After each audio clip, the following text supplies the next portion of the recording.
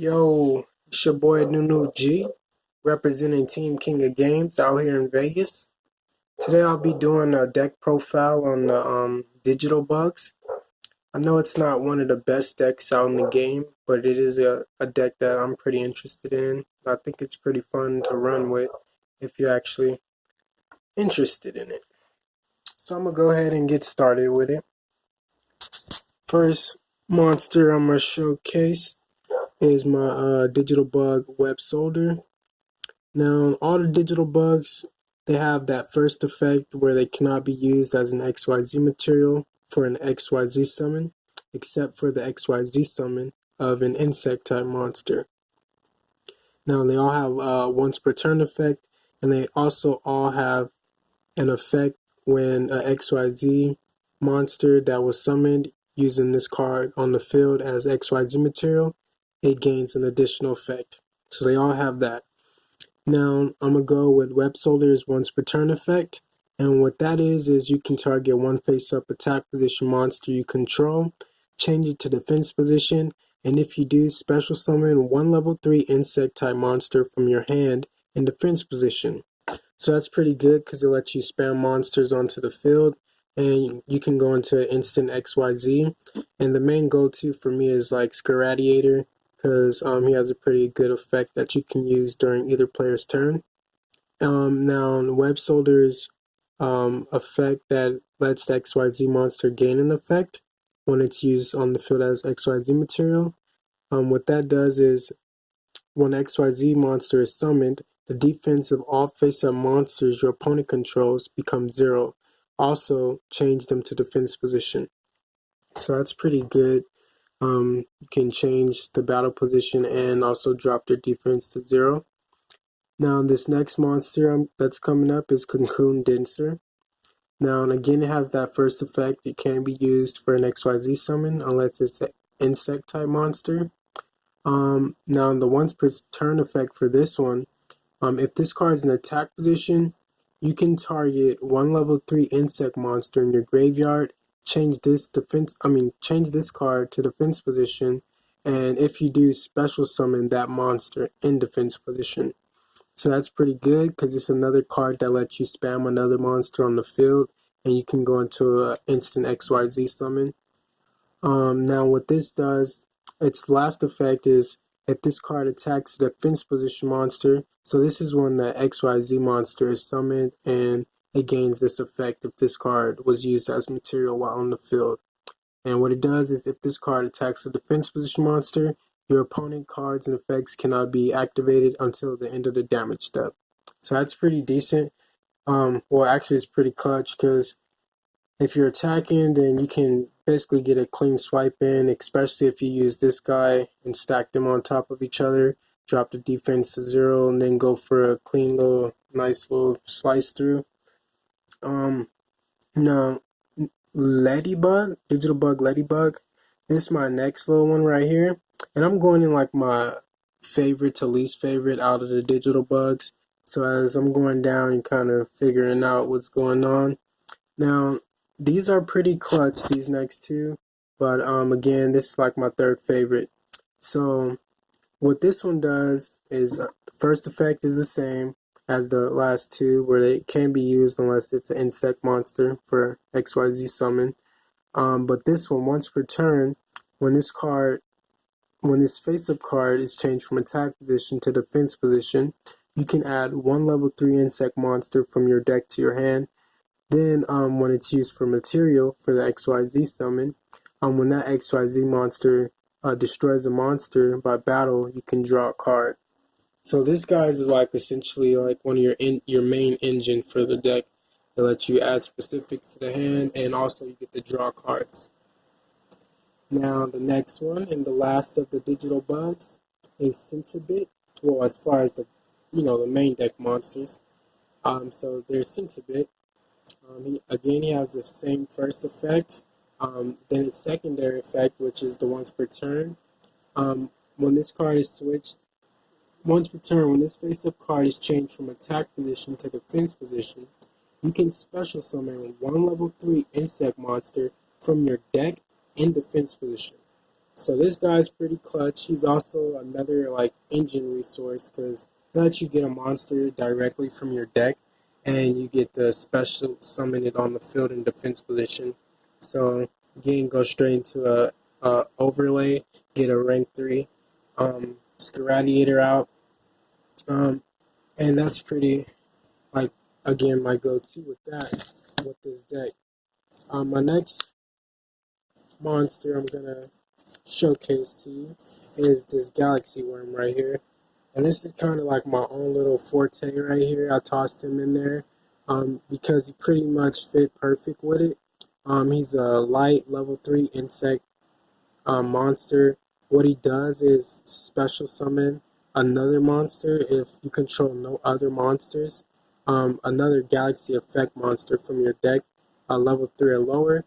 And pretty much what I do is get another one of him out. So it's like a worm popping out, another worm, and go right into my overlay. So like pretty much my main plays with my monsters is trying to get them overlaid so I can get my rank 3 monster out and go from there.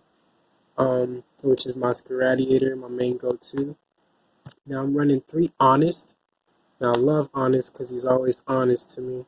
Got the good power too. And all my monsters, they're light monsters, so he helps and benefits everybody up in this fortress. Now I'm going to go on from Honest because we all essentially know what Honest does. During the battle phase, he can boost your monster's attack by your opponent's monster's attack. And that's pretty much a clean sweep right there. Next, I have this, and apologies, I know I keep saying it's because I'm over here anxious or have anxiety a little bit. Ain't did a video in a minute, but trust, I'm here for y'all. I'm gonna get it out. So this next one is Goddess of Sweet Revenge. I love this one. This is a pretty clutch card. Now, it's like, I put it in here because it's like a last resort savior. And yeah, that's like pretty much the best way to explain it. Now, its effect is why you control no cards, and this card is the only card in your hand. When an opponent monster declares an attack, you can discard this card and destroy as many cards as possible your opponents control. Then you can special summon one monster from your deck. So if you top deck that and you're like in a bad situation, your opponent wiped out everything already, that's like ultimate best clutch top deck right there.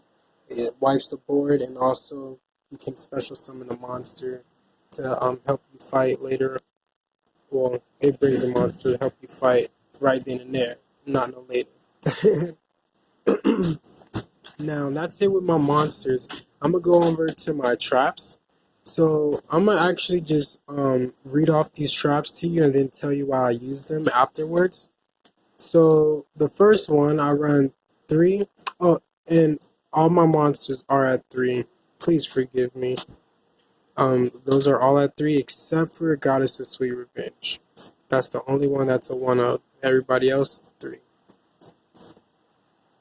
3 ofs. And that one. So I have the 3 Floodgates. I'm going to be on point with this one. The 3 Quaking Mirror Force. I run 2 Dark Mirror Force. And here goes my 1-ofs.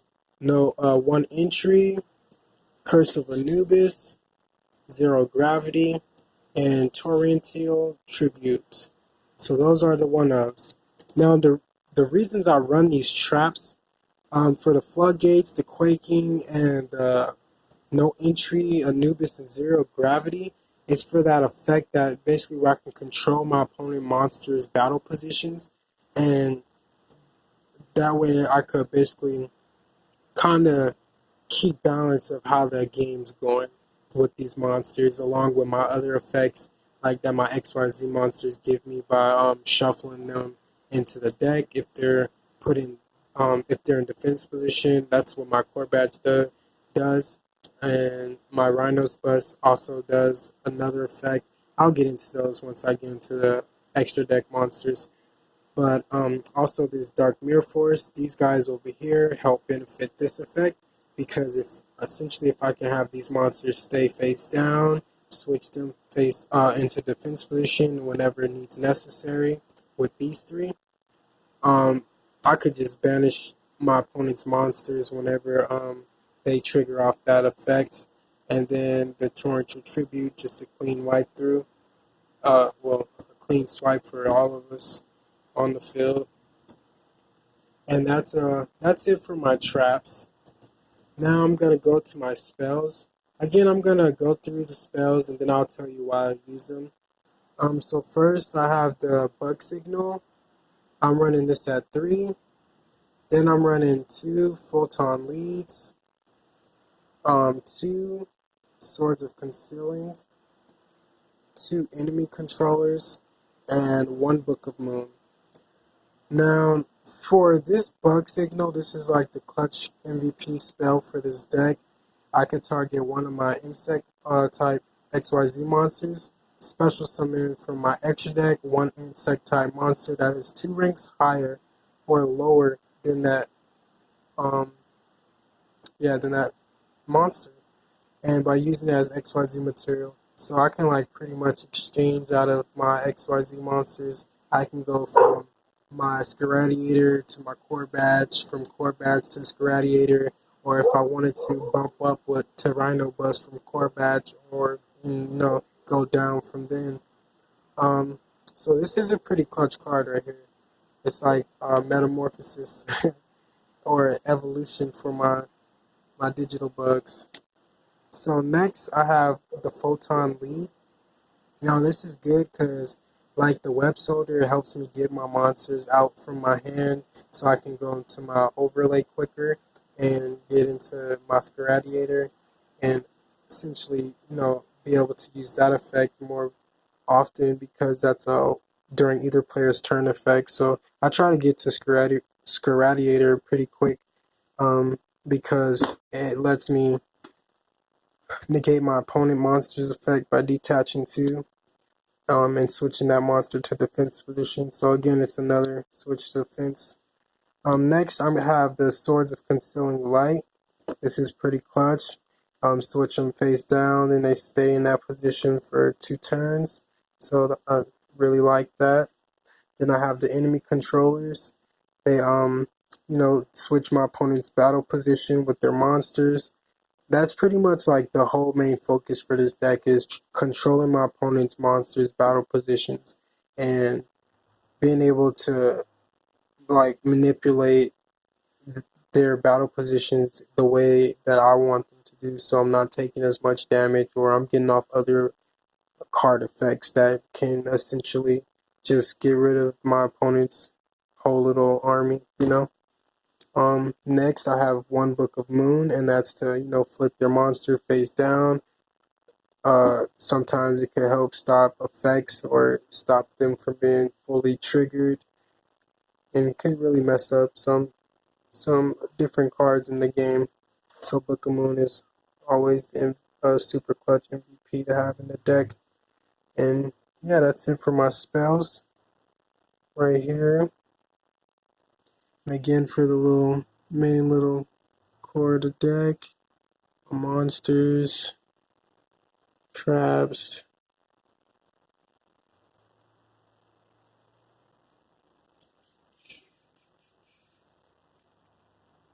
then next I'm going to go into my extra deck,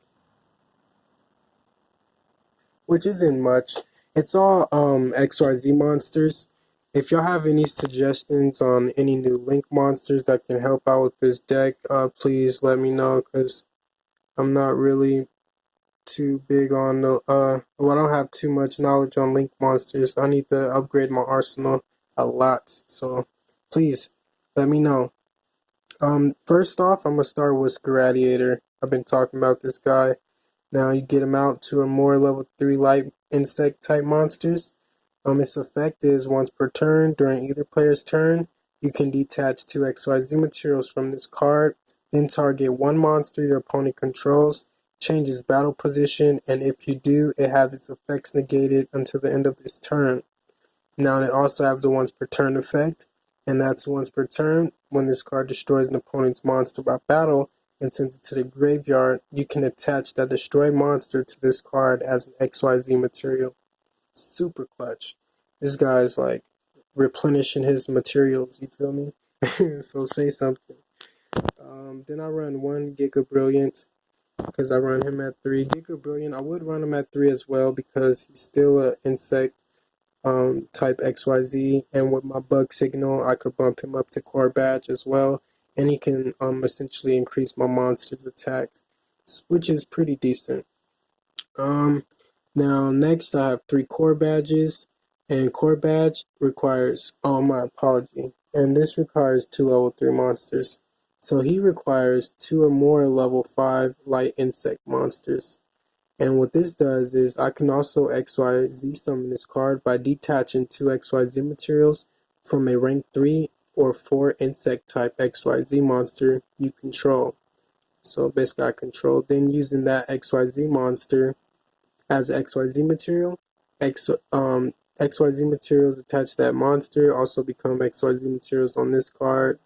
Once per turn, I could detach XYZ material from this card, then target 1 defense position monster my opponent controls, shuffle it into the deck.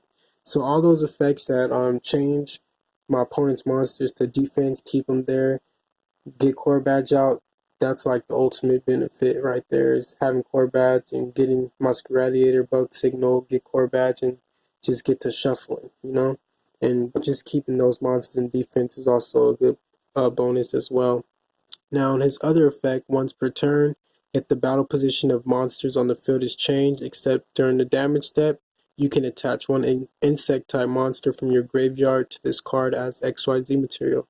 So again, he can replenish himself with materials. Now, my last guy is Digital Bug Rhino's Bus. I run him at 3 as well. And what it requires 2 more level 7 light insect type monsters. Now you can also XYZ summon this card by detaching 2 XYZ materials from a rank 5 or 6 insect type monster I control. Then using that XYZ monster as XYZ material. The materials attached to it becomes the XYZ materials on this card. Now if this card attacks a defense position monster, inflict piercing battle damage to your opponent. So this guy comes out, I got Web Soldier, drop him all to 0. He's doing that piercing to you badly. Then once per turn during either player's turn, I could detach 1 XYZ material from this card and destroy the face-up monsters my opponent controls with the highest defense, all if tied. So if they all at 0, they all going bye-bye. Adios, partner. So this deck, it's not the best deck, again I'll say, but if you're interested in it,